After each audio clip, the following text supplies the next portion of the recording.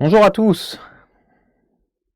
Alors, est-ce que ça fonctionne? J'imagine que oui ou que ça fonctionnera. Me voilà en ligne.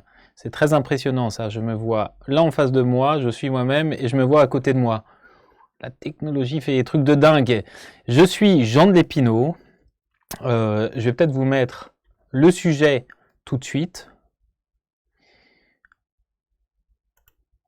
Voilà. Je suis Jean de Lépinaud, médecin à Paris, psychiatre, et enseignant à Cartesia. On va attaquer là pour essayer de voir, non pas, ça va être hors de la médecine, hors de l'enseignement, etc. C'est uniquement des stratégies. Donc vous allez passer un concours. Le concours, c'est énormément de connaissances. Et la valeur du concours que vous allez passer, c'est les connaissances que vous allez acquérir. Mais c'est fou la technologie, me dit-on. Eh oui, c'est fou. Les connaissances que vous allez acquérir, mais ça va être surtout la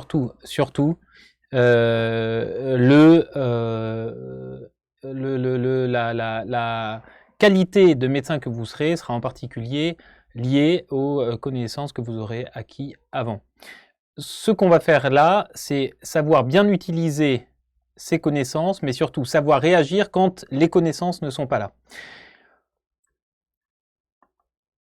Alors, hop, je suis désolé, il y a des petits temps de switch, il faut que je m'habitue, il y a des écrans un peu partout autour de moi, je l'ai déjà fait plusieurs fois, mais à chaque fois, il faut reprendre un petit peu la main.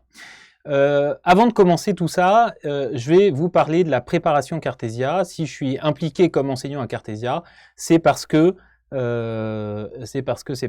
je suis très favorable à ce type d'enseignement et je crois que la qualité et la forme de l'enseignement ici est bonne. Je vais vous présenter donc rapidement la formation proposée par Cartesia. Le but est de comprendre ce que l'on apprend pour ancrer ses connaissances durablement. Il faut savoir d'ailleurs que dans la réflexion de l'IECN, ce qui a été utilisé, c'est la pyramide de Brooke. Vous pouvez regarder B-R-O-O-C-K ou K. La pyramide de Brooke, c'est une théorisation de l'apprentissage. Eh bien, cet apprentissage commence par une bonne compréhension. Et à Cartesia, nous faisons l'effort en une séance, en une conférence, de vous donner la compréhension d'un sujet et de vous apporter les connaissances et que vous terminiez la conférence avec des connaissances suffisamment solides pour avoir des temps de révision du sujet rapides. Pour les ECNI 2021, toutes les spécialités du programme traité allient cours et enseignement. La LCA est incluse là-dedans. Donc vous pouvez encore vous inscrire sur Cartesia pour cette édition jusqu'à l'ECNI 2021 avec un accès aux 85 conférences que vous pouvez voir et revoir, à une centaine de focus, c'est-à-dire des courtes vidéos sur un sujet qui est souvent plus difficile ou alors un petit sujet qui n'a pas été traité dans les conférences. La fin des inscriptions est le 31 mars. TikTok, le temps court. Il existe un deuxième format qui sont des conférences introductives. Donc là, c'est dans un format qui a en ligne de mire le CNI 2022 ou ceux d'après. Il y a des conférences introductives pour la plupart des spécialités et dans quelques mois redébutera un cycle complet de conférences avec des conférences sur chacune des spécialités, des conférences transversales. Voilà, ça débute à partir de fin août et vous pouvez vous inscrire. La LCA fera partie des enseignements qui seront donnés. L'inscription se fait toujours sur le site conférence-cartesia.fr. Et puis, il y a pour la LCA spécifiquement un programme de préparation qui est fait avec des vidéos focus. Donc vous savez, ce sont des petites vidéos sur certains thèmes qui sont choisis pour leur pertinence, pour les différents types d'articles qui peuvent être proposés comme sujet à l'IECN. Il y aura aussi 3 conférences en live pour traiter pas à pas chaque type d'article au programme à partir d'un article de la littérature scientifique en accès libre, donc vous pourrez consulter avant la conférence et préparer. Les frais d'inscription sont ceux-là. En fait, vous allez pouvoir récupérer le PowerPoint, vous pourrez le télécharger. Et donc, je passe sur cette diapositive qui est néanmoins très importante. L'argent et la vie sont souvent bien mêlés. Alors, ce qui nous intéresse plus spécifiquement aujourd'hui, donc c'est la gestion de l'examen ECNI. On va voir d'abord comment est-ce que ça a été constitué, quelle stratégie de réponse vous pouvez avoir pour les QCM. Le second truc, c'est, je vais vous rappeler un petit peu comme psychiatre, un peu cognitivologue, spécialiste des cognitions, je vais vous rappeler un petit peu certains points sur des aspects de l'attention, de la concentration. Et le troisième point, on terminera sur celui-ci, c'est on reprendra les statistiques des 6 dernières années, des épreuves des 6 dernières années, en faisant ressortir quelles sont les matières qui tombent le plus, quelles sont les matières qui tombent le moins, les à côté qui tombent le plus souvent, comme les fichiers qui sont associés au DPC, etc. Voilà, ça va être dense. Comme je vous ai dit, c'est un sujet qui est évoqué nulle part ailleurs puisqu'il se base vraiment sur la stratégie du concours et pas sur la connaissance. Pourquoi est-ce que c'est essentiel? C'est parce que en gagnant quelques points, vous gagnez énormément de place. Et donc gagner quelques points, c'est essentiel pour votre classement.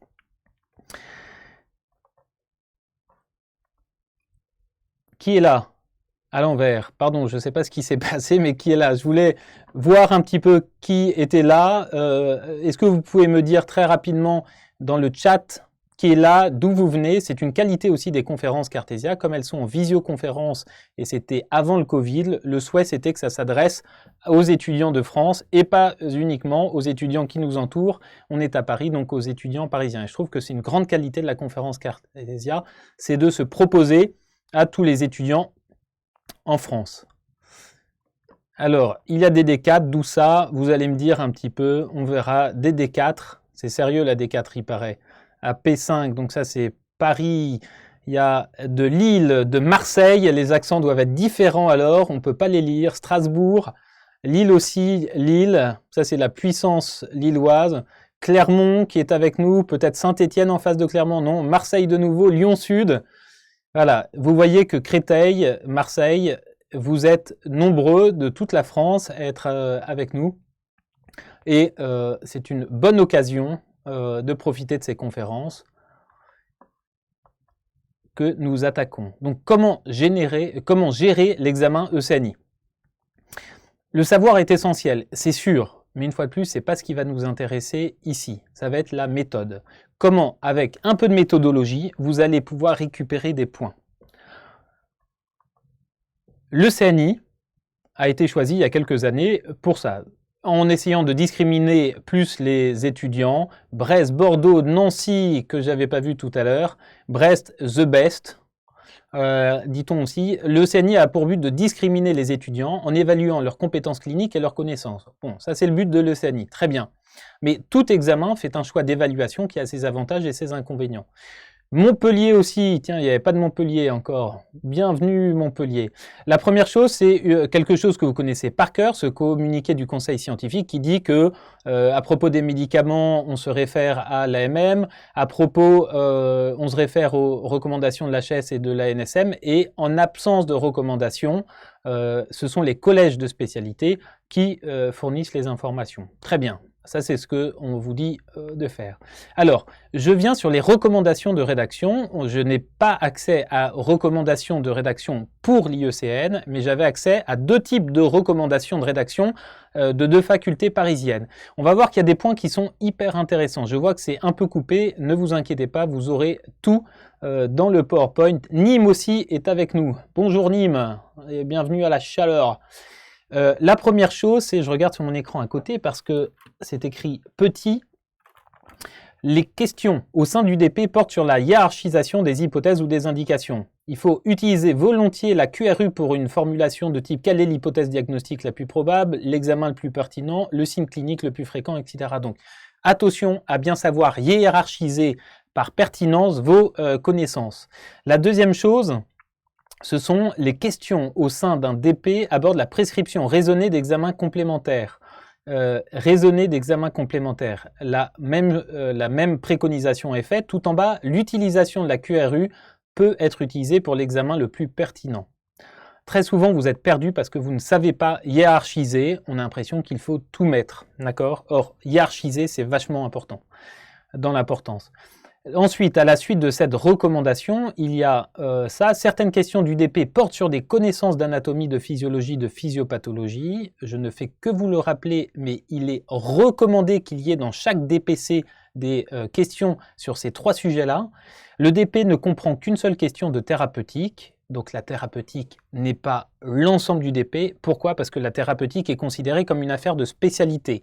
Ce qu'il faut comme clinicien, c'est avoir une suspicion diagnostique, l'argumenter, rechercher, etc. Une fois qu'on a fait le diagnostic, on appelle le spécialiste. C'est un peu l'idée aussi des DPC, c'est de vous faire avancer sur le diagnostic, la recherche du diagnostic, etc., sa sévérité, et ensuite d'avoir des idées thérapeutiques sans tout à fait les connaître. Et d'ailleurs, dans les nouveaux référentiels qui hiérarchisent les rangs des connaissances, souvent la thérapeutique, il y en a très peu en rang A et c'est beaucoup en rang B, c'est-à-dire affaire de spécialistes.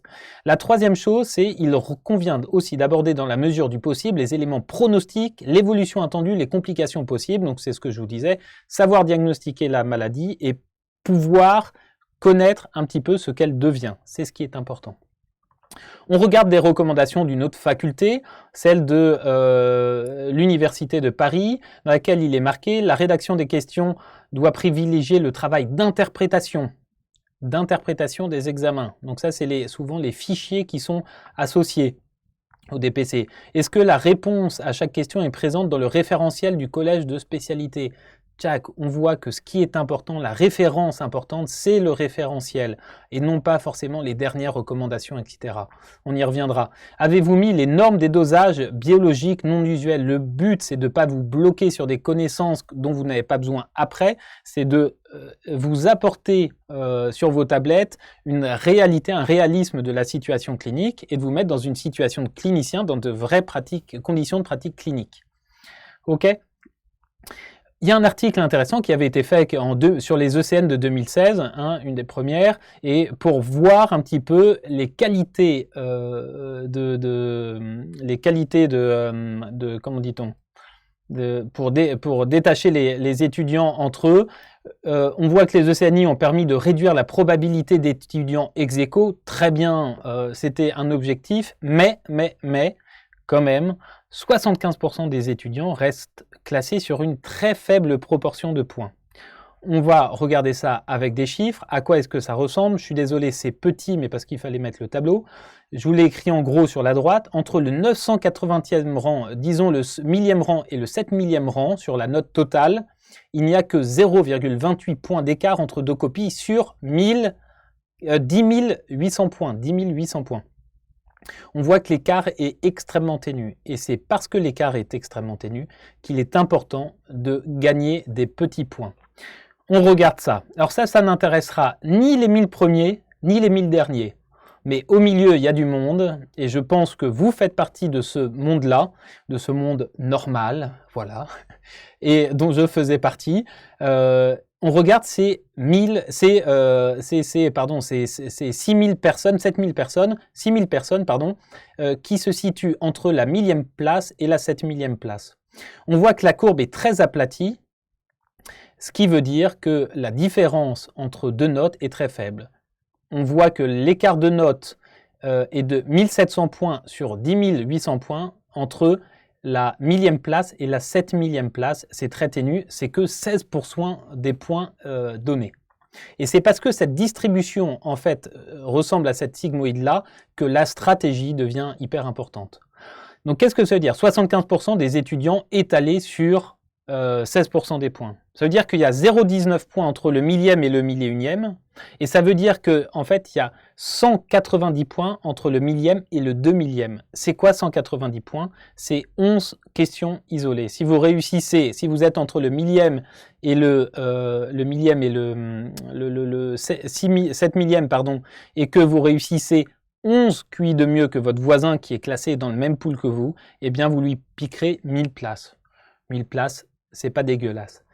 Alors, allons voir comment gagner ces 1000 places.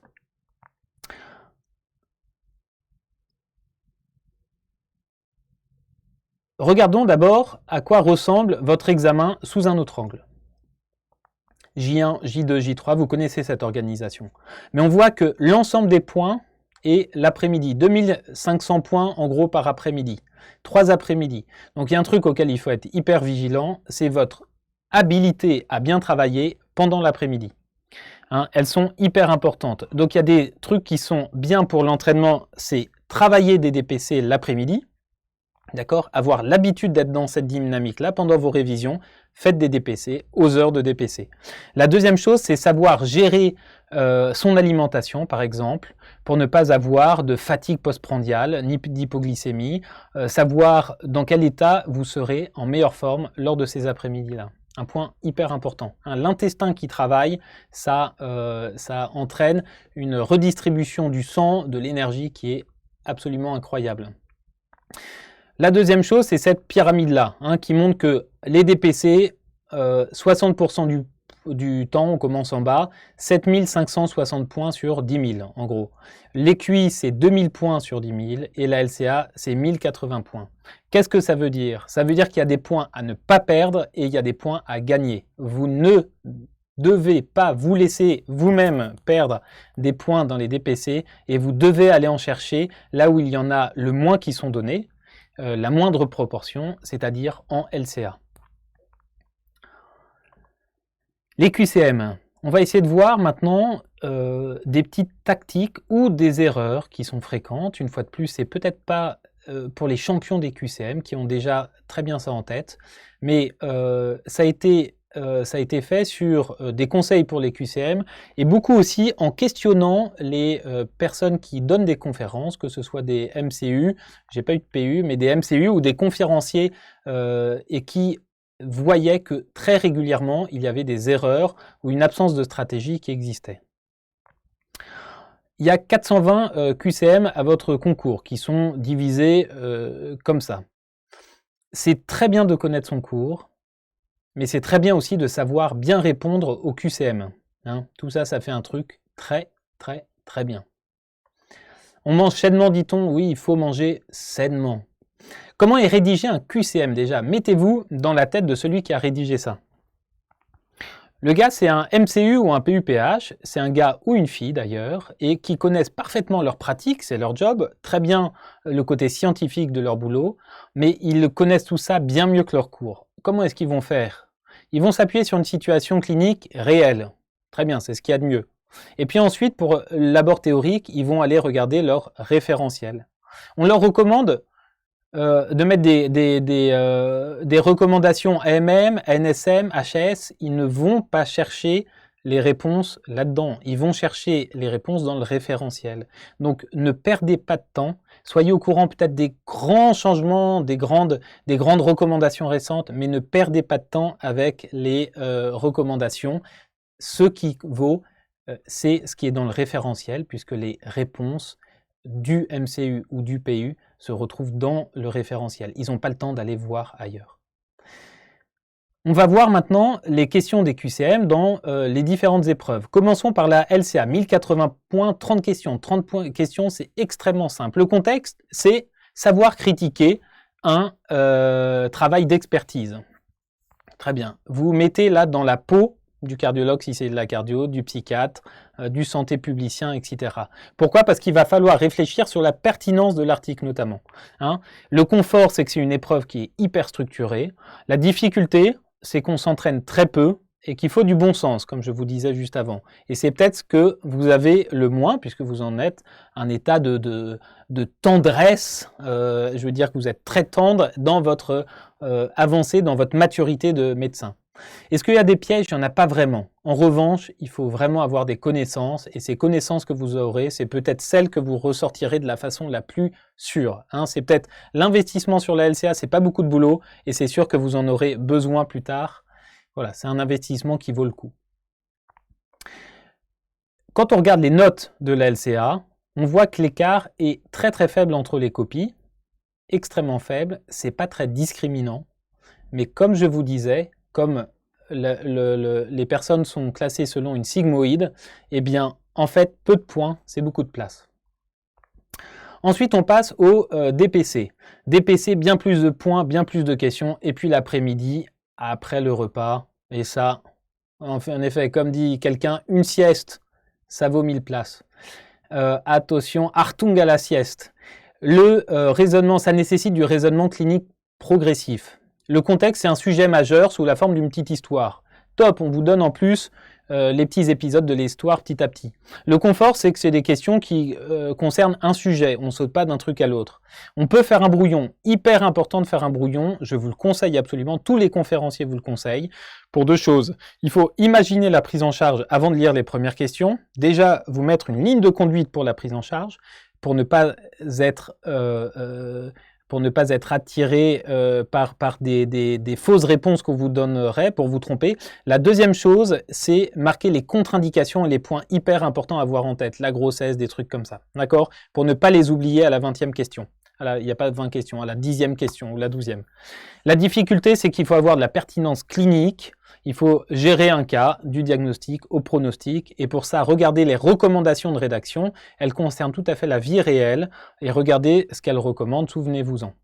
Les pièges, il y a certains sujets qui ne donnent pas d'infos progressives, ça existe encore malheureusement, normalement il y a des précautions, mais parfois l'info progressive n'existe pas, donc parfois on ne peut pas se corriger. Le piège peut être aussi lorsqu'on fait une erreur, comme la réponse est donnée juste après souvent, c'est de gérer sa frustration, d'accord? On ne reste pas sur l'erreur, on s'en fiche, on passe au-dessus, c'est très important. Attention aux erreurs d'inattention, une fois que c'est validé, on ne revient pas en arrière, et il y a des erreurs d'inattention, les étudiants nous le disent. Et puis la dernière chose, c'est la gestion du temps. À quoi ça doit ressembler cette épreuve-là? C'est à ce diagramme que je vous montre juste en dessous, ici.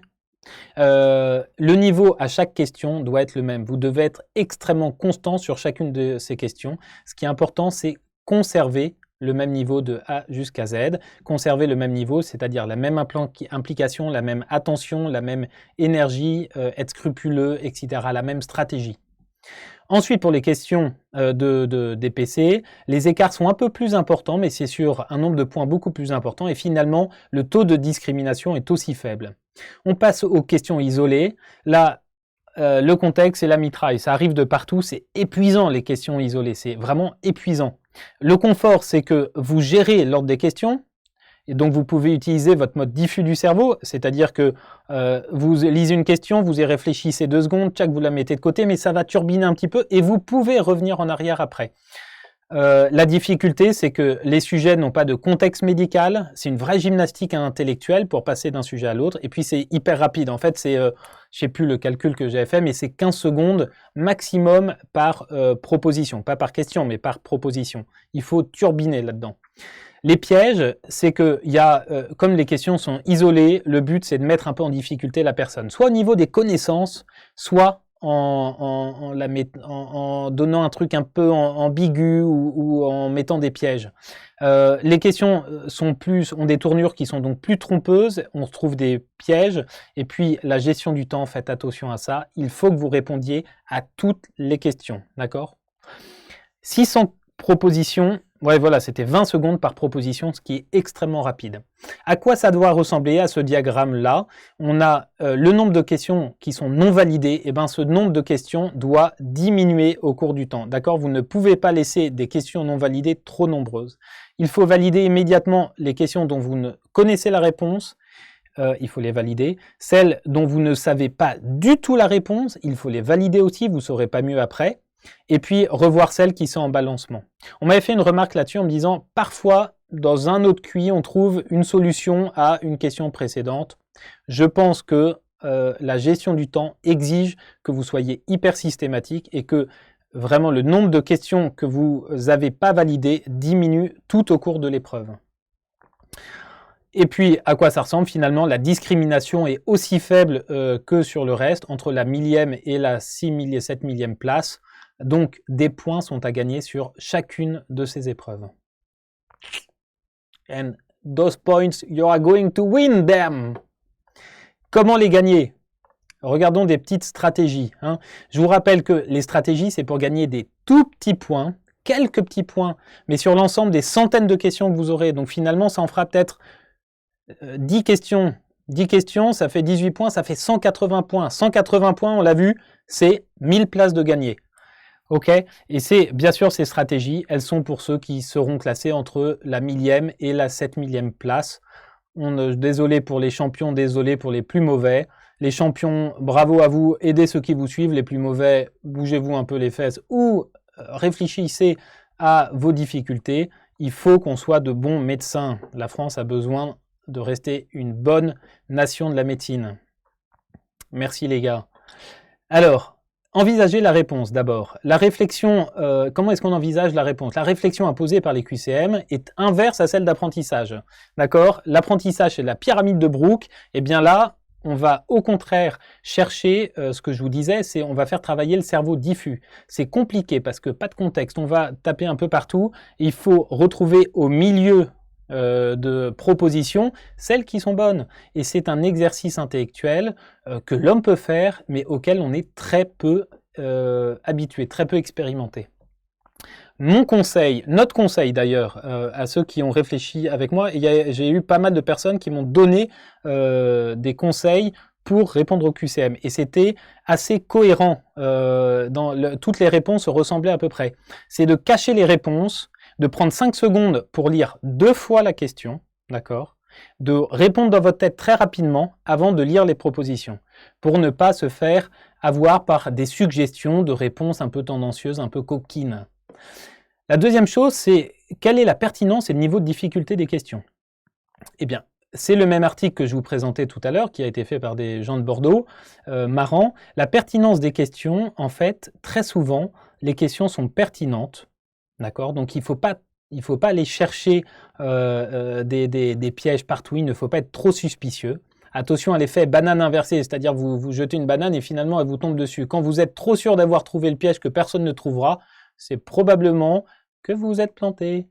Et la deuxième chose, le deuxième diagramme à droite montre que la plupart des questions sont des questions de mémoire seule ou de réflexion simple. Il y a très rarement des questions de réflexion complexe. Comme il y a très peu de réflexion complexe, la réponse, vous l'avez presque spontanément en lisant la question. Ok ? S'il y a des questions qui sont discutables, on voit qu'il y en a 17% dans le premier diagramme, il y en a quand même régulièrement. Sachez qu'elle sera difficile pour vous, cette question, mais elle sera difficile pour tous vos voisins aussi.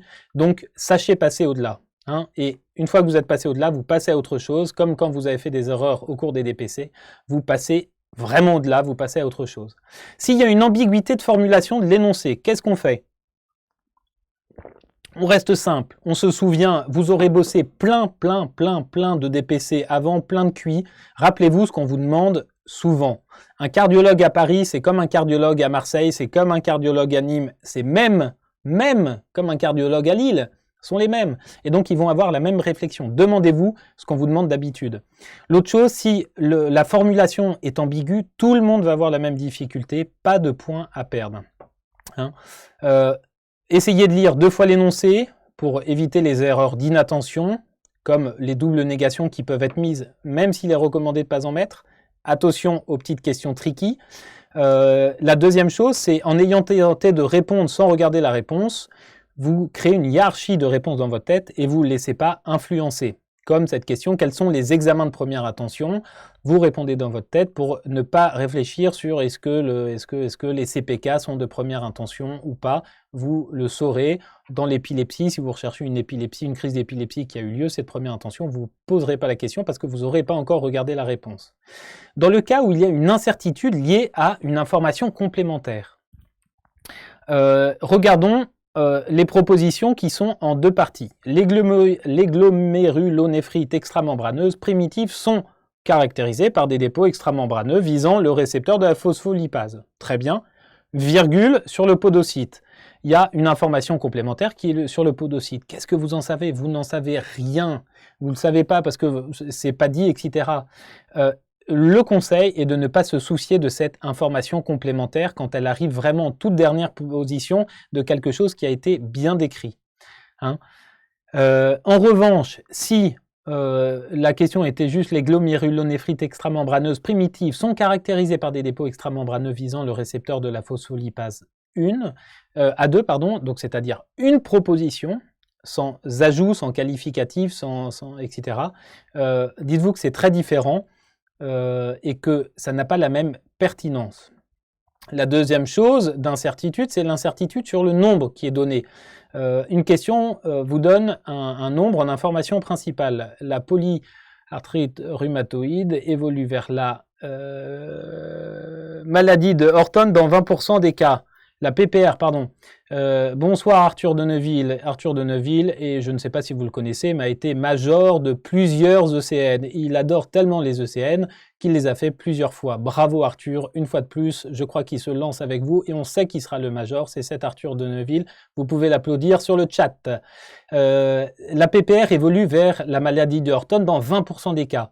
On ne sait pas, on ne coche pas. Pourquoi? Parce que statistiquement, il y a un plus grand risque d'erreur. Si le chiffre en information secondaire est en information secondaire, rappelez-vous l'incertitude de deuxième partie, le rhinophyma touche quasiment exclusivement les hommes, eh bien, là, il y a une caractéristique de ce quasiment, etc. C'est une deuxième partie de question, un ajout supérieur à 95% des cas. Vous revenez en haut et vous en fichez que ce soit 95% ou pas. Si ça touche quasiment exclusivement les hommes, c'est que ça fait plus de 95%. La personne qui a écrit ça, sachant la bonne réponse, l'a précisé jusqu'au bout. Des points à glaner en stage aussi. Il y en a. Il existe maintenant des questions qui sont sur, c'est où je l'ai mis en deuxième proposition, voilà, je le cherchais, sur remplir un certificat, sur quelles sont les limites de la recommandation médicale, la conduite à tenir réellement tenue ou pas. Oui, merci, pseudo-polyarthrite rhizomélique. Je ne sais pas pourquoi je vous ai dit, je ne sais même plus ce que je vous ai dit, la PPR. Les questions pratiques, donc faites en stage des choses, retenez comment vous les faites, ça vous servira peut-être au moment de l'ECN, c'est ce qui s'est passé lors de l'ECN dernier. La deuxième chose, c'est la pertinence de la réflexion médicale, ça c'est un deuxième truc que vous voyez en stage. Regardez comment les seniors font pour réfléchir, ce qui est privilégié, etc. Ils ont la même réflexion qu'un MCU ou qu'un PU qui fait le sujet. Les pièges fréquents, à propos des examens complémentaires, attention, confusion, et ça, de nouveau, ça peut vous arriver, c'est des trucs qu'on voit souvent, ces trucs-là. On fait souvent une confusion entre quel bilan complémentaire et quel bilan de première intention, quels examens de référence ou quels examens à faire, quel examen biologique ou quel examen paraclinique. Pour la deuxième proposition, par exemple, vous êtes dans une situation d'insuffisance rénale aiguë, et puis on vous demande les examens de référence. Ce qui peut être différent des examens à faire dans la situation clinique qui est évoquée. Et si la situation clinique évoquée, c'est un truc qui vous êtes en cabinet de ville, vous ne pourrez pas faire une écho. Si on vous pose les examens de référence et que c'est une insuffisance rénale aiguë, vous mettez l'écho réno-vésicale. Bien lire les thèmes de les questions, ça c'est très souvent associé à des erreurs d'inattention. S'il y a un blocage, il y a plein de questions, vous le dites, sur lesquelles vous bloquez. Quelles astuces utiliser? Vous ne pourrez pas forcément toujours les utiliser, c'est sûr, mais si elles vous servent une, deux ou trois fois, rappelez-vous, 10 questions gagnées, c'est 1000 places de gagnées. Est-ce qu'il faut se fier à sa première intuition? Souvent, les gens le disent. En revanche, quand on lit les statistiques, il faut éviter de cocher s'il y a une hésitation. Pourquoi? Parce que ça va avec le calcul des points auxquels sont soumis les QCM et QI auxquels vous répondez. Les questions de DPC, les QI et les questions de LCA auxquelles vous répondez. Hein. Attention au biais de confirmation et à la suggestibilité. C'est-à-dire que vous pouvez être conforté dans votre erreur si une des propositions va un peu dans le sens de votre erreur. Si vous hésitez, attention, éliminez d'abord les réponses fausses, ensuite essayez de voir quelles sont les réponses fréquentes, celles qui ont du sens, et si vous hésitez, préférez souvent ne pas cocher. Statistiquement, ça vous rapportera plus. Enfin, ça vous enlèvera plutôt moins.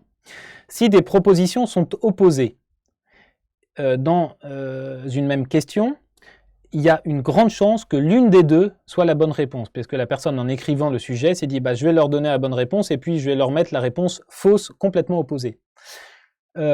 Cherchez une réponse qui répond exactement à la question.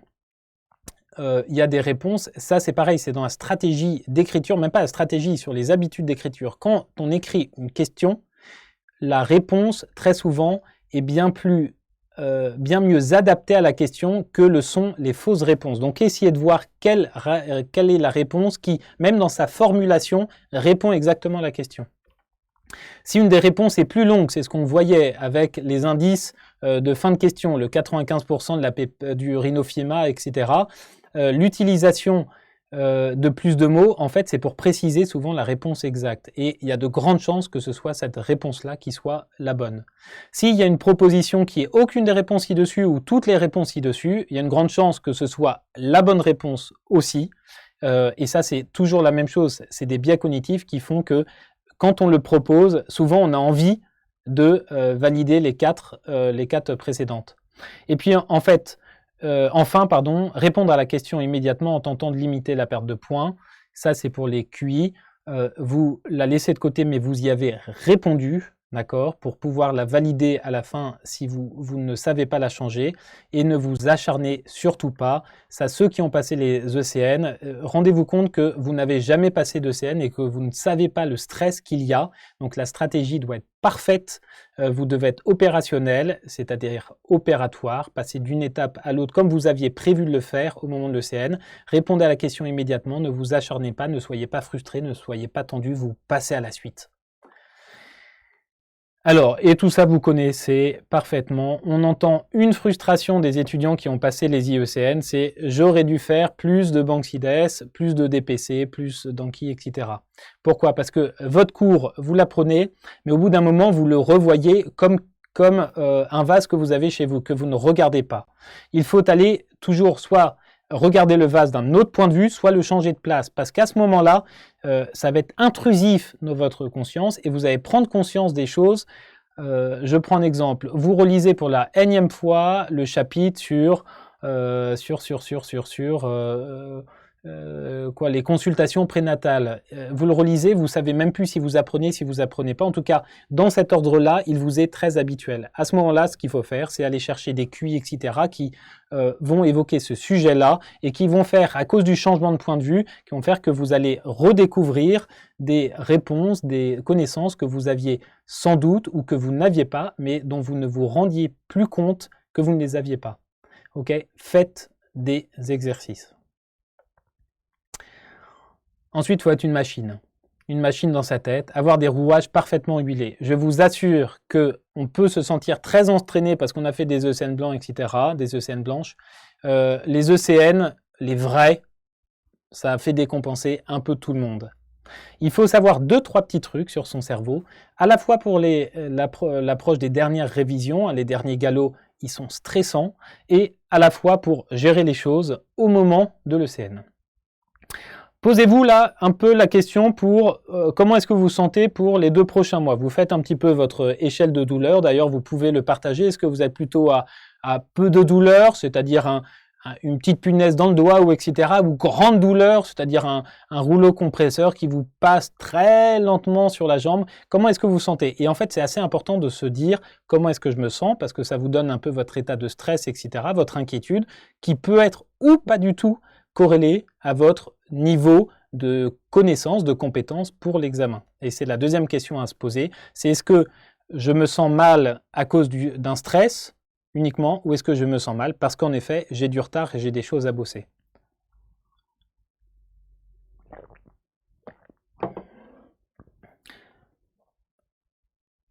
J'ai l'impression qu'il y en a qui se sentent pas très bien, pas très bien. Allez, on va voir quelques petits trucs pour améliorer ça. Eh bien, ça n'apparaît pas exactement comment je voulais que ça apparaisse, mais ce qu'il faut voir, c'est que pour la préparation de l'ECN, il faut vraiment voir qu'il y a les connaissances, mais qu'il y a d'autres choses. La gestion du temps. Imaginez, vous ne répondez pas à 10 questions, et vous êtes entre le millième et le 7 millième. 10 questions, ça fait combien? Je vous laisse répondre. Savoir les objectifs dans chaque spé. Réfléchir quand vous revoyez vos cours à ce qui vous est demandé, aux recommandations, à ce qu'il est demandé au MCU et PU de vous rédiger comme question. Travailler la concentration, travailler la confiance en soi, dépasser les frustrations, dépasser la peur, dépasser la colère au moment du concours, et l'entraînement au QCM. D'accord? Ayez bien ça en tête, il n'y a pas que les cours. On va voir d'abord l'attention et la concentration. Il y a deux attentions qui sont intéressantes. Là, on va parler de ces choses-là pour que vous preniez conscience de la manière dont votre cerveau fonctionne. Pourquoi? Parce que connaître comment ça fonctionne, c'est permettre une petite amélioration de son fonctionnement. Les deux attentions intéressantes, c'est l'attention sélective, ce qui vous permet de vous concentrer sur un stimulus. Et très souvent, ce qui vient gêner l'attention sélective, j'essaie de me concentrer sur un truc, c'est les bruits autour. Dans ce cas-là, il faut faire de la soliloquie mentale, c'est se parler dans la tête. Il y a plein de personnes qui ne se parlent pas dans leur tête. Parlez-vous dans votre tête dès que vous sentez que votre attention devient un petit peu flottante. Et la deuxième forme d'attention est l'attention soutenue. L'attention soutenue, c'est ce qui fait que au milieu des baies que vous avez là, en fait, il existe quelques 8. Et l'attention soutenue va vous permettre, c'est un espèce de radar des moments rares et spécifiques, c'est-à-dire qu'au milieu de tous ces baies, il y a quelques 8 et l'attention soutenue va vous permettre de les voir. En voilà quelques-uns, il y en a d'autres. Ça permet d'avoir une vigilance au moment d'errement. C'est extrêmement important d'être concentré et de savoir quand vos cognitions, vos idées commencent à aller un petit peu ailleurs, soit se retournent vers vous-même, « Ah, mais je suis nul, ah, j'y arriverai pas, j'ai plein de trucs à faire, etc. » Soit rêvassent d'autres choses, soit répètent la même phrase, relisent la même question, etc. Mais quand vous n'êtes plus actif. Et il faut repérer ces moments-là parce que sur toute une journée ou toute une épreuve, en fait, ces moments-là, on sait que c'est très répété. Vous savez, c'est un peu ce qu'on dit sur la conduite automobile. On dit souvent que sur un trajet de 2 heures, pendant au moins 20 minutes, la personne n'avait pas une attention consciente sur la route. C'est-à-dire qu'elle était soit un peu endormie, soit vraiment dans des ruminations mentales et pas du tout attentive à ce qui se passait pendant 20 minutes sur 2 heures. C'est chaud. Il faut réduire ces 20 minutes au moment de vos révisions et au moment des évaluations, de l'examen. Alors, quand je sens que je commence à me distraire, qu'est-ce que je fais? J'essaye de me refocaliser, peut-être, mais en fait, peut-être pas. C'est peut-être le moment de faire ce que j'appelle une bulle. Choisissez-vous une petite bulle de distraction, un truc qui est sympa, un truc qui vous fait du bien, un truc auquel vous aurez réfléchi antérieurement, et que vous avez même travaillé. Un truc, c'est un exercice que vous connaissez, une petite bulle. Vous savez que vous y êtes bien, vous savez que vous la maîtrisez, et vous lui donnez une fin. Et hop, juste à la fin de cette bulle-là, vous replongez dans l'exercice, mais ça a été un petit moment, en fait, votre cerveau, quand il commence à errer, c'est qu'il atteint un petit ras-le-bol de surconsommation énergétique et qu'il a besoin d'une petite pause. Suivez aussi votre cerveau. La deuxième chose, c'est que au moment où vous avez besoin d'une attention qui est difficile, en postprandial, rappelez-vous, postprandial, c'est le moment où il y a le plus de points à gagner, hein, ce sont les DPC. Choisissez-vous dans ces moments-là, pour les révisions, des sets de tâches courtes et simples parce qu'ils favorisent l'attention. Je rappelle encore une fois que essayez de faire les épreuves, enfin la préparation, les exercices des épreuves, des trucs blancs, etc., au moment des épreuves réelles pour voir dans quelles conditions souvent vous êtes et pour adapter des petites choses, le sommeil, faire une sieste au milieu, manger ça, savoir ce qui vous donne la niaque, ce qui vous donne du fit. Ensuite, la mémorisation. La mémorisation, c'est le deuxième point extrêmement essentiel.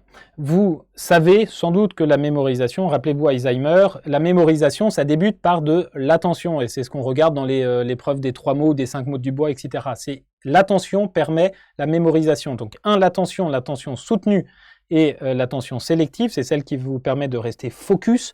La deuxième chose, la mémorisation. Comment ça fonctionne? Lisez cette première phrase, celle qui est en italique. Tac. C'est dégueulasse comme orthographe, eh bien vous avez réussi à la lire.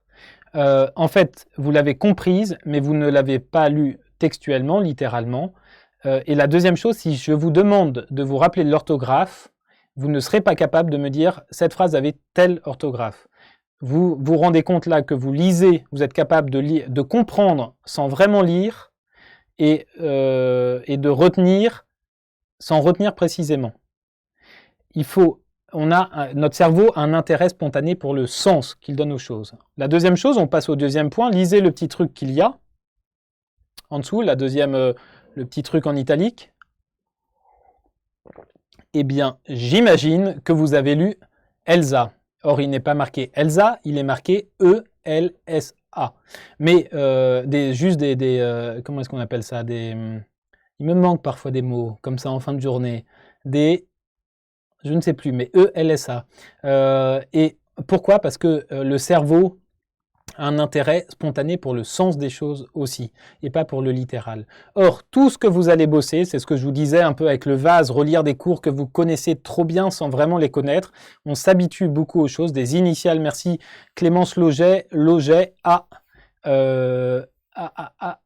gagné 1000 places à l'ECN, ça y est.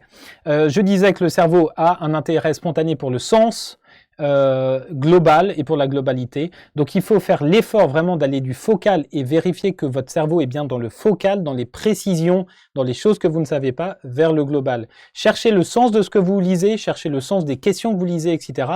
Et faites aussi après de l'effort des synthèses, un acronyme, une abréviation, tout ça, des initiales. C'est top, vous avez tous gagné 1000 points, vous êtes tous majeurs de cette ECNI 2020, bravo!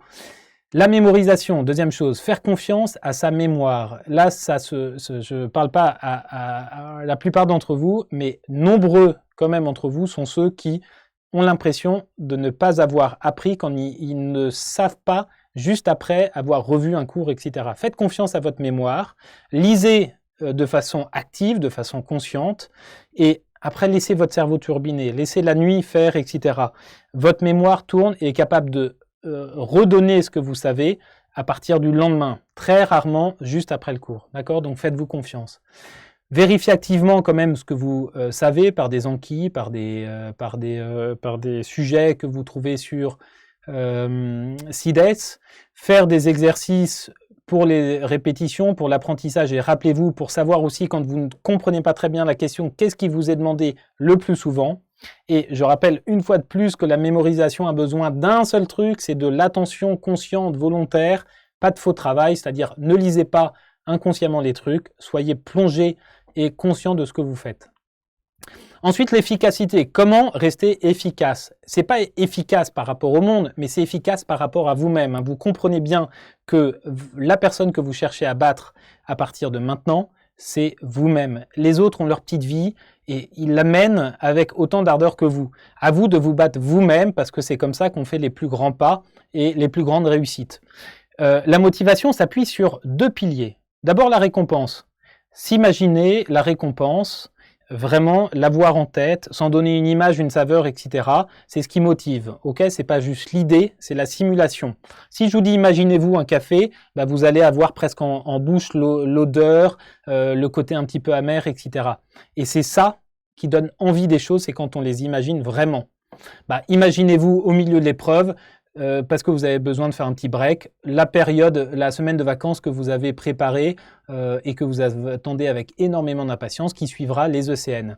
Et vous l'imaginez, le sable et tout, et c'est ça, c'est bon, ce sable, ce soleil qui réchauffe, l'eau les mouettes qui volent, etc. Et tout ça, en fait, vraiment, c'est ça qui vient donner une impression de récompense. Et c'est ça qui vient travailler la motivation. Mais il y a un deuxième facteur de motivation qui est hyper important, c'est l'angoisse. Et l'angoisse, c'est un cadeau béni des dieux. Quand elle est bien gérée, il faut savoir se mettre un filet de pression avec des frontières temporelles, c'est-à-dire pas toute la journée et surtout pas toute la nuit. La nuit, c'est fait pour dormir. En se déculpabilisant aussi de l'angoisse. C'est-à-dire que l'angoisse, souvent, ça entraîne des idées d'autodévalorisation, d'incompétence, etc. Non, elle est très bien quand il y a un petit filet motivant. Je ne sais pas ça, j'ai ça à faire, allez, courage, il faut y aller, ça approche, etc. C'est de la bonne angoisse, ça. Et sachez donc cultiver votre récompense et votre angoisse. L'importance de l'attention. L'attention, c'est comme un chien. Il faut lui donner un os à manger. Très bien. Mais il y a des émotions.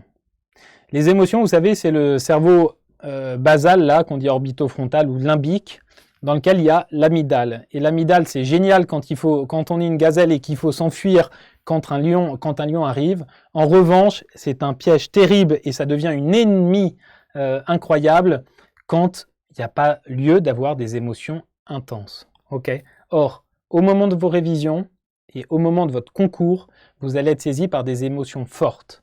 attention à ces émotions-là. Comment les gérer? C'est surtout savoir les reconnaître. Reconnaître les moments où vous êtes ému et savoir en sortir rapidement. L'émotion, c'est vraiment le piège de l'attention. Donc l'attention est un chien, il faut lui donner un os à manger et ne pas le distraire. Comment ne pas le distraire? Pendant le travail, pendant les épreuves de CN, vous faites des étirements, vous faites des bâillements. Mais tout ça, il faut l'avoir travaillé avant, l'avoir entraîné avant, savoir ce qui vous fait du bien, dans quel sens, ce qui vous procure de l'apaisement. La relaxation, donc il y a des exercices de respiration que vous connaissez sans doute, je vous donne des propositions d'application juste après. La respiration, vraiment le travail de respiration, lent, ample, conscient, bien être concentré sur sa respiration, vous pouvez tenter de le faire là, ou le scan corporel, c'est-à-dire partir du cerveau, du haut du crâne, pardon, de l'apex, jusqu'au pied ou le contraire, en sentant vraiment votre position, c'est la proprioception, ce que vous ressentez de désagréable, les contacts que vous avez, etc. Donc toutes les formes de perception, et en améliorant, en vous détendant, partie par partie, d'accord, très systématiquement, dans un exercice de pleine conscience. On a beau dire, on a beau croire ce qu'on veut, c'est extrêmement efficace, surtout dans des situations d'émotions intenses. Okay, vous le faites, ça vous pouvez le faire juste avant, quand les consignes sont données au moment des ECN, etc. Ou vous faites une petite pause parce que vous savez que ça vous fait du bien au moment de l'ECN. Il y a pleine conscience, ça correspond un petit peu à ce que j'ai dit. Et puis il y a la respiration, contraction, décontraction. Je ne précise pas. Parce que c'est des trucs qui sont utilisés dans les applications que je vais vous montrer juste après. Le but, c'est de diminuer l'inconfort postural, être bien comme vous êtes, diminuer l'activation sympathique, le stress, se focaliser sur son objectif et chasser le négatif. Et là, vous serez des brutes. C'est agréable, ça, non ? Hein, qui trouve ça agréable? Moi, je trouve ça fantastique. Ça, c'est une petite parenthèse merveilleuse. On sent presque le soleil qui nous touche comme ça. On est subjugué par les couleurs rouges du ciel. Sans doute, ça se répercute sur le sable, etc. C'est tout ça la simulation. C'est s'imaginer les choses et en profiter alors qu'elles n'existent pas autour de nous. La relaxation, c'est ça, c'est se transférer ailleurs. Et voici des applications de relaxation que vous pourrez revoir et qui concernent ce que je vous disais. Alors, comment accompagner, comment individualiser tout ça pour moi? Vous allez voir que là, je reprends des profils psychologiques. C'est hyper important. Et beaucoup d'entre vous ne se connaissent pas trop. J'adore en stage dire aux externes, mais tu penses que t'es comment, tu réagis comment par rapport aux autres, etc. Et les gens disent, je sais pas, etc. On en parle un peu. Ils trouvent ça intéressant de se connaître. Un soir à Brest, après une bonne journée pluvieuse, dit Inès Westlati, exact, une journée pluvieuse, comme toujours à Brest. Comment accompagner mon cerveau? Il y a les anxieux qui disent tout ce qui me reste à faire, oh là là là. Ceux qui sont relâchés, c'est cool, j'ai fait l'item 145 ce matin, peinard jusqu'à midi ou voire le début d'après-midi. Le procrastinateur, ah là je suis quand même un peu fatigué, mieux vaut que je fasse une petite sieste. Le diffluent, ah ça j'ai oublié, ça me rappelle que ça, blablabla. L'obsessionnel, c'est je veux vérifier ce que je sais et je vais vérifier que j'ai compris tout. Très bien. Eh bien, il faut être très ami avec sa caricature parce qu'en fait, dans la caricature, comme dans toutes les qualités et les défauts, c'est l'histoire des cadrans, des défauts et qualités de je ne sais plus qui, hyper intéressant comme truc.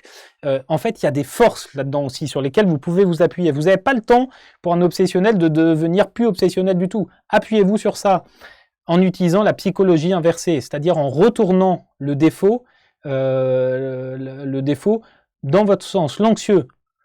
Et il faut qu'il se gargarise de ce stress. C'est génial, comme je disais, c'est un cadeau béni des dieux. Le stress, c'est son essence, son moteur de planification. Celui qui est relâché, il va dire, je me ferai une petite pause, mais après avoir souffert un petit peu.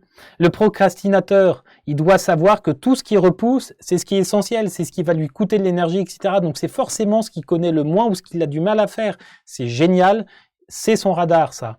Le diffluent, il dit, j'ai encore du pain sur la planche, il faut que je me concentre là-dessus, pour finir, vite cela, et après je vais passer à tout ce dont je pensais en même temps que j'étais en train de voir le sujet A. Et je pensais au sujet B, au C, etc. Génial, je finis le sujet A pour passer aux autres après. L'obsessionnel, il se dit, c'est génial de savoir, et il vérifiera le jour du concours. C'est pas donné, ça c'est pas un beau cadeau, un concours pour un obsessionnel, c'est génial tout ça. Aimez votre caricature. Vous allez vivre avec un niveau d'inconfort qui va augmenter, je vous assure. C'est comme un état d'hyperthyroïdie, presque de thyrotoxicose. Ça coule de partout. Eh bien, il faut transformer ça. Vous aurez le sentiment de ne pas être prêt. Ça va être la grande lutte contre le débordement. Vous avez de la distraction, aidez ça pour la concentration, on a vu. Prenez une petite bulle. L'autodévalorisation, génial. Appuyez-vous sur votre faiblesse, comme on vient de le voir, pour augmenter la confiance en vous. Le stress du retard, pareil, c'est de l'anxiété, c'est génial, ça vous motive. Et faites tout ça jusqu'à l'heure de gloire. Mais appuyez-vous sur ce qui est désagréable chez vous, un peu aversif, pour le transformer très rapidement en quelque chose qui sera moins aversif ou même qui sera peut-être une aide pour le boulot. Et rappelez-vous le sens de votre travail. À court terme, c'est clairement devenir médecin et être bien classé. Le mieux possible, le combat, c'est contre vous-même. À long terme, le but, c'est pas de savoir, mais c'est surtout de savoir-être. Et j'aime bien rappeler ça, c'est qu'un bon médecin, c'est pas celui qui sait, c'est celui qui va permettre aux patients de bien se traiter. Hein, et ça, c'est d'autres compétences que vous acquérerez plus tard. N'oubliez pas ces points qui sont extrêmement importants. On aborde la dernière partie. On en aura pour, je pense, 10-15 minutes.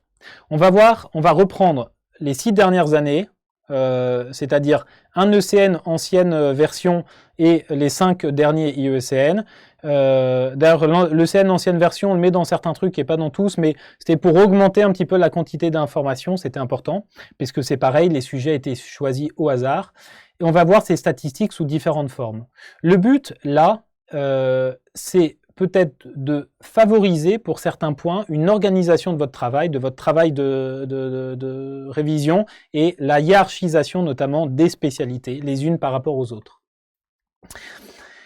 Quel sort te réserves-tu? Hein, c'est un peu la question qu'on se posait tout à l'heure avec l'EVA de ton stress. La loi de Pareto rappelle que 80% des effets sont le produit de 20% des causes. 20% de votre travail va produire 80% de votre réussite. Le but est de provoquer au maximum ces 20% de causes. D'accord ? Et les statistiques qu'on va voir doivent vous aider à favoriser votre organisation de priorité. Quelle a été la méthodologie pour faire ces statistiques qui sont hyper basiques, hein, c'est sûr. Et d'ailleurs, je remercie 2 internes, Anne-Lise et Michael, qui se sont tapés de relire chacune des questions de chacun des dossiers progressifs pour vous en extraire le sujet, etc. Là, ce qu'on va voir d'ailleurs, c'est important, ça ne concerne que les DPC, d'accord? Parce que les QI et la LCA, c'est un tel fourmillement que ça ne valait pas le coup d'en sortir quelque chose. En revanche, pour les DPC, on voit qu'il y a des choses qui sont récurrentes. On a pris les ECN, surtout de 2016, 2017, 2018, 2019 et 2020, pardon, j'ai oublié ça. Il y avait, on a référencé chacune des questions dans les items dans les spécialités, et ça nous a permis d'avoir des statistiques, des spécialités par concours, celles qui sont le plus tombées, des items par concours, des spécialités pour l'ensemble des concours et les items pour l'ensemble des concours. L'objectif de ces statistiques, une fois de plus, c'est se mettre dans la peau de ceux qui préparent ça. Il n'est jamais arrivé, et il n'arrivera jamais un concours où vous aurez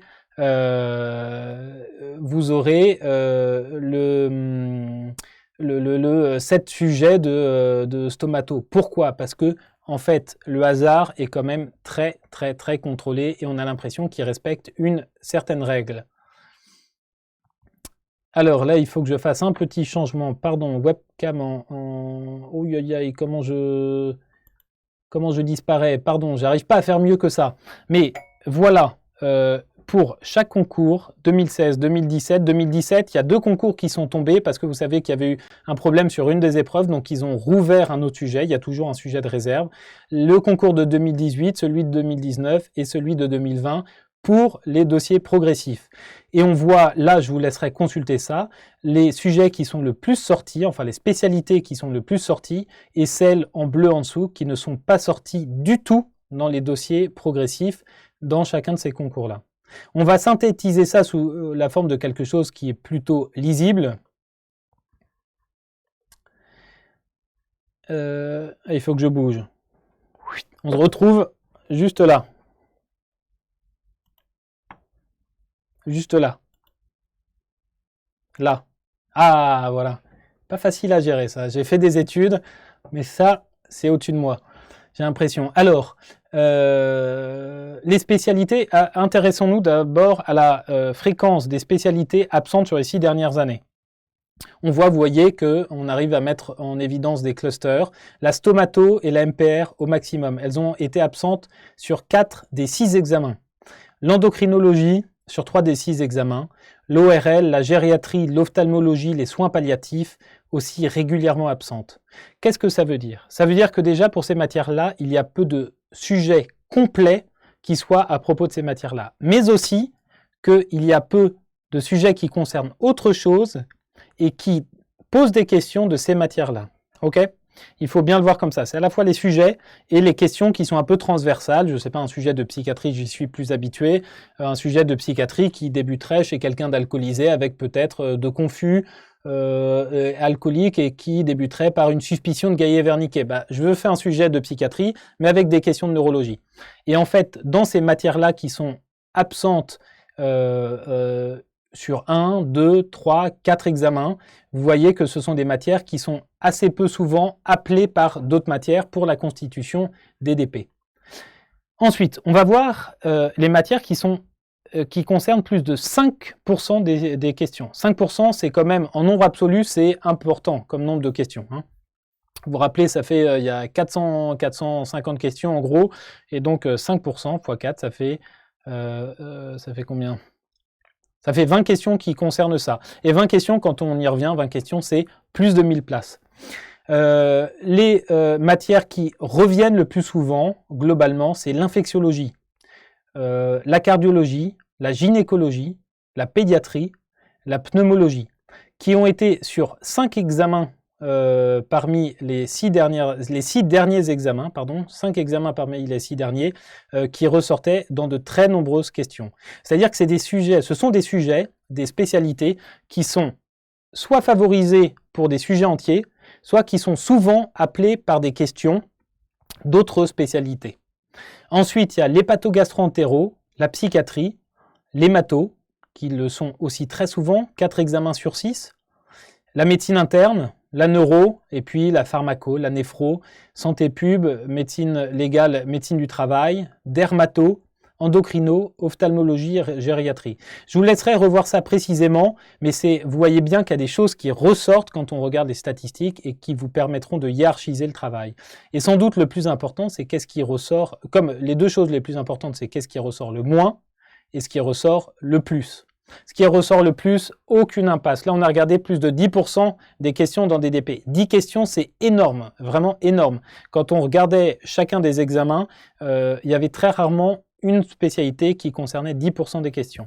Et quand on regarde ces spécialités-là, on voit que l'infectiologie, sur plus de 3 sujets, comme la gynécologie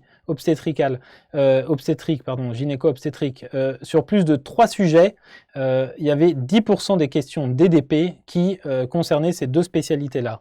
Pour la pneumologie et la cardiologie, deux sujets, deux examens, et hépatogastro-entéro, pédiatrie, psychiatrie. Une fois de plus, c'est à la fois des sujets complets ou ce sont des spécialités qui sont faciles à appeler dans des sujets. Mon conseil là-dessus, c'est pas d'impasse sur ces trucs-là. Vous les retrouverez soit dans des sujets complets, soit dans des questions au milieu de sujets qui concernent une autre spécialité. Et je pense que vous serez surpris quand vous reverrez ces choses-là, ou vous avez été surpris de voir certaines spécialités qu'on considère un petit peu comme mineures, par culture, parce qu'elles sont enseignées plus tard au cours de l'enseignement et donc elles ne ressemblent pas à des spécialités de base, etc. De voir qu'en fait, elles sont fréquemment là. Quand on regarde maintenant les fichiers associés au dossier progressif, alors on les a tous recensés. Le premier constat, il est évident, c'est que plus on avance, plus il y en a. En 2020, il y en avait plus de 25, je crois, et en 2016, vous voyez qu'il y en avait 4 ou 5. Donc les gens utilisent de plus en plus de fichiers. Ça, c'est génial. C'est en stage qu'on voit ça aussi très souvent. Je vous laisserai regarder ça précisément chez vous. Ce sont des fichiers que vous devez connaître absolument. Et parmi tous ces fichiers-là, on vous a recensé ceux qui tombaient le plus fréquemment et qui sont ceux-là. Donc, ça, c'est ceux qui sur les 6 dernières, je me suis trompé, pas sur les 6 dernières années, mais sur les 6 derniers examens, ECNI, tombaient. ECG, 9, radio des membres, 6, radio thoracique, 13, scanner ou IRM cérébral, 7, scanner thoraco-abdominopelvien, 10, photodermato, 17. Vous serez sûr d'avoir quelques-uns de ces fichiers-là, il faut savoir les interpréter parfaitement. Rappelez-vous que dans les recommandations qui sont faites, il y a celle de pousser les personnes qui font les sujets à utiliser des fichiers et à vous pousser à interpréter. D'accord ? L'interprétation des signes est beaucoup plus intéressante que de savoir décrire une maladie, puisque le boulot, c'est pas le patient n'arrive pas en disant voilà, là je sens que j'ai un petit j'ai un petit syndrome coronarien aigu, ça a l'air d'être un ST+, plutôt du territoire inférobasal, blablabla. Non, il arrive en disant j'ai mal là. Comment est-ce que vous, médecin, vous interprétez ça? Et ce qui est bien fait au moins dans ce concours-là, c'est qu'il est facile de vous pousser à l'interprétation. On vous a aussi, et là c'était peut-être la partie la plus subjective de ce travail, mais je vais vous expliquer pourquoi on l'a fait, on a recensé les connaissances qui semblaient discriminantes. Globalement, les deux internes qui ont regardé tous ces ECN, les DP pardon, des ECNI pour en retirer ces informations-là, sont des personnes qui ont très bien réussi leur ECN. Et je leur avais demandé de prendre les connaissances qui leur semblaient discriminantes, difficiles, moins fréquemment posées, etc., pour que vous ayez en tête des questions qui parfois sont posées. Là, il est très peu probable sur toutes ces questions-là que vous retombiez sur des choses, mais si ça peut vous motiver à aller voir certains petits points des cours, ce sera très bien. Hein. Forcément, dans un sujet, à un moment, on va taper dans les coins. Pourquoi? Parce que on nous pousse aussi à être discriminant dans le CNI. Et être discriminant, c'est aller poser des questions de culture générale, mais généralement pas connues par ceux qui ont un peu de culture. Donc, vous avez ici, là, des exemples de connaissances discriminantes. Une fois de plus, et vraiment c'était clair, elles augmentent au cours du temps. C'est-à-dire que les personnes qui font les dossiers gèrent de mieux en mieux les QCM et arrivent au milieu des QCM, des DP, à poser des questions qui sont plus discriminantes. Attention à ces questions-là, elles valent des points. Et 10 points, je vous le rappelle, 10 points, c'est... Enfin, 10 QI, pardon, 180 points, c'est 1000 places. Alors, à l'issue de cette petite conversation que nous avons eue, et on termine très bientôt, quelle est la question que l'on se pose? On a vu un petit peu comment est réfléchi le CNI. Comment s'appuyer sur cette réflexion-là pour avoir des stratégies? Des stratégies pour gagner quelques petits points, mais quelques petits points qui sont extrêmement intéressants parce qu'ils vous font gagner beaucoup de place.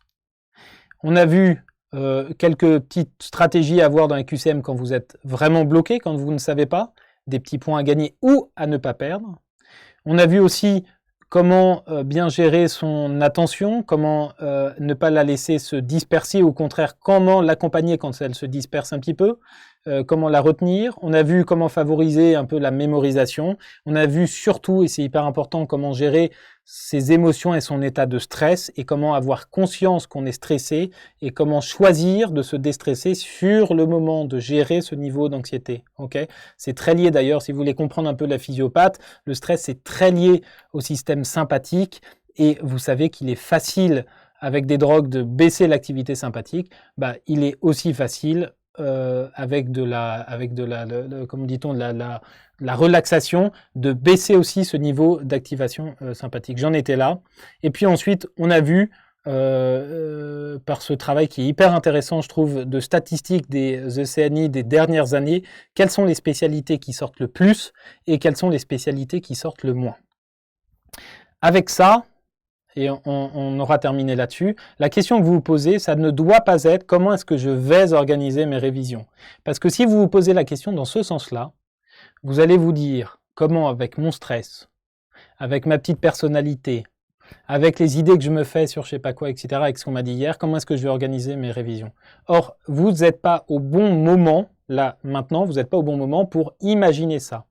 Comment imaginer ça? Je vous ai parlé de la capacité de simulation de votre cerveau. Eh bien, vous vous déplacez à l'après-concours. J'étais parti à l'après-concours. Et vous vous imaginez, très bien, je suis après le concours. Comment, après le concours, je voudrais avoir fait mes révisions? Et je vous assure que c'est extrêmement différent parce que vous allez avoir des choix qui vont être beaucoup plus pertinents parce qu'ils ne seront plus sous-tendus par du stress, par la fatigue du moment, etc. Ce qui est hyper important aussi, c'est l'intuition de changement de méthode. Hein, ça va vous déplacer à plus tard, ça va vous aider peut-être à changer de méthode et à améliorer votre méthode. N'hésitez pas à vous remettre en question de cette façon-là. Pas en vous mettant dans l'angoisse actuelle, je le répète, mais en vous déplaçant dans le futur et en vous simulant comment est-ce que j'aurais aimé être à ce moment-là. Waouh, pardon. Les inévitables, les trucs qu'on ne peut pas éviter, que vous n'avez pas le droit d'éviter, ça vous ne devez pas vous le permettre. 1. Travailler sur l'application des connaissances. Si je vous martèle avec ça, c'est vraiment qu'il y a plein d'internes qui disent « mais j'aurais dû plus travailler l'application des connaissances ». Et très souvent, ce sont des personnes qui n'ont pas qui en fait étaient stressés par le contenu du cours, etc. et qui se retrouvaient toujours en fin de journée avec trop peu de temps pour bosser les connaissances. Si vous voyez que vous ne travaillez pas assez des QCM, des Anki, etc., vous débutez votre journée par ça. Ça doit être un temps de préparation qui ne doit pas être réduit. Il faut le protéger.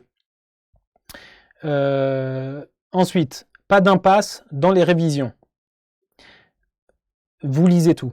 D'accord? Il y a eu des questions, on les voit, les questions discriminantes. Vous pourrez y répondre, avoir une intuition si vous avez tout lu. Il faut chercher à réussir 10 questions supplémentaires que celles que vous aurez réussies sans stratégie. Travaillez un petit peu la stratégie de réponse quand vous ne savez pas. Et enfin, en début d'épreuve, vous faites un amorçage. Qu'est-ce que c'est un amorçage? C'est vous mettre dans la situation avant d'y être. Pour deux choses, pour ne débuter l'épreuve déjà chauffé, d'accord? Parce que très souvent, les étudiants commencent une épreuve en se chauffant. Il faut être au début de l'épreuve déjà chauffé. Donc, vous imaginez, au moment où le type raconte ses consignes, etc., vous imaginez déjà, voilà, je vais tomber sur le premier QCM, comment est-ce que je réponds? Et vous vous balancez de là-dedans. Ça vous permettra de débuter très chaud, sans inattention, d'accord, très impliqué dans le sujet, et d'avoir révisé un petit peu les stratégies que vous souhaitez avoir, votre gestion du temps, votre gestion du stress, votre gestion des pauses, etc. avant. Le petit mot de fin. Mais je regarde en pratique ESC, aux ECN, HAS, qu'est-ce que je regarde le chat là? Ouais, j'ai loupé un peu. Ah ouais, c'était des petites questions qui ne me concernent pas tout à fait. J'espère que quelqu'un saura donner la réponse. C'est très bien que vous communiquez, ça c'est un point très chouette de Cartesia aussi, c'est que de différentes facs, parce que Cartesia c'est pour la France, de différentes facs vous partagez les choses et je pense que c'est un moyen de préparation qui est hyper pertinent. Conservez l'agnac, conservez le sens de vos études aussi et ayez votre fierté. Vous avez bien fait jusque maintenant, on a quand même des études qui sont hyper chaude et vous êtes hyper méritant. À partir de maintenant, vous allez tenter de faire mieux pour vous-même. Et comme dit Shang Chung Li, la pente est raide, mais le chemin est beau. Je vous souhaite à tous et à toutes une très bonne soirée. Bon courage pour la suite. Et à bientôt. Moi, je donnerai, pour ceux qui sont inscrits sur Cartesia, 2 conférences de psychiatrie et j'ai fait quelques, ce qu'on appelle focus, quelques précisions extrêmement pertinentes, de très très bonne qualité. Et donc, pour ceux inscrits à Cartesia ou pour ceux qui nous retrouvons à Cartesia, on se retrouvera la semaine prochaine déjà pour un sujet difficile et à bien maîtriser pour les concours. À tous, bon courage!